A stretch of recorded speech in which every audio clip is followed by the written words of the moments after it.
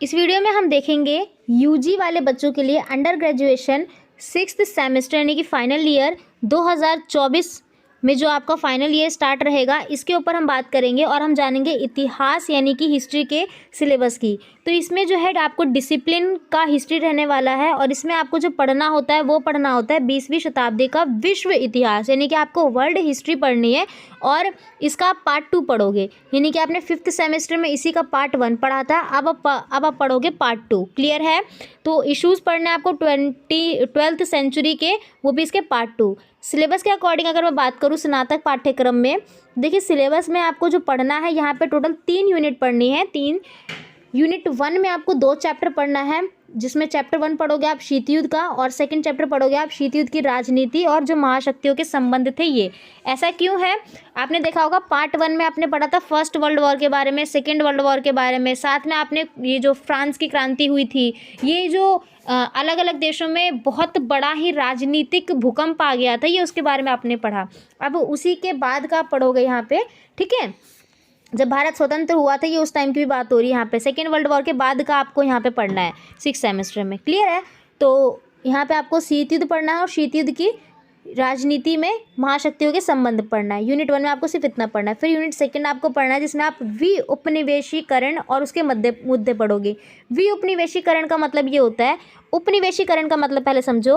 उपनिवेशीकरण का मतलब ये होता है किसी भी देश के अंडर रह करके काम करना। जैसे भारत किसका उपनिवेश था? वो था अंग्रेजों का, ठीक है? और विउपनिवेशीकरण का मतलब ये था कि हमारे ऊपर कोई पावर नहीं है लेकिन फिर भी हम किसी के अंडर में हैं। ये था जैसे अमेरिका आज के टाइम पर, अमेरिका का वास्तविक वर्चस्व है, ठीक? हम अगर नहीं भी चाहेंगे कि अमेरिका के साथ हम काम करें, लेकिन फिर भी हमें उसके साथ करना पड़ेगा क्योंकि हमें पता है वो बहुत ज़्यादा डेवलप कंट्री है। हम उसके साथ अगर रहेंगे तो हमारा भी विकास होगा। तो ये क्या है? एक टाइप का वैश्वीकरण है, ठीक है?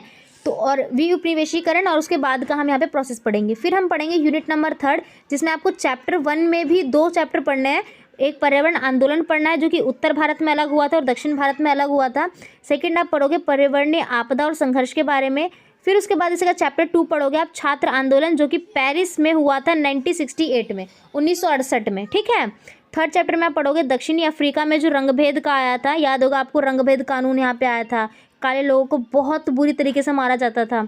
सेकंड आप पढ़ोगे नागरिक अधिकार जिसमें मार्टिन लूथर और जो है यहाँ पे मालकॉम एक्स के द्वारा यहाँ पे जो जो चीज़ें बताई गई थी, यहाँ पे आप इनके अधिकार के बारे में पढ़ोगे। साथ में चैप्टर 4 पढ़ोगे आप।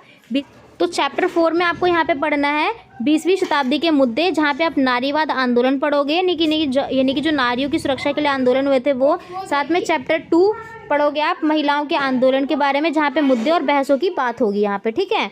तो ये जो है आपको यूजी के फाइनल ईयर में इतना सिलेबस हिस्ट्री में पढ़ना है।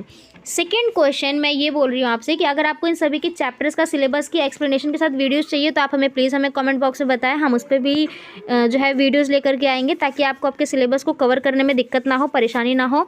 सेकेंड चीज़, इसी टाइप की वीडियोज़ के लिए हमारे चैनल को सब्सक्राइब करें, बाकी मिलने वाली सभी अपडेट्स आप तक सबसे पहले पहुँचे। और हाँ, सब्सक्राइब करने के बाद आपको शेयर बटन पर जाके अपने दोस्तों तक भी शेयर ज़रूर करना है। मिलते हैं नेक्स्ट वीडियो में, तब तक के लिए जय हिंद, वंदे मातरम।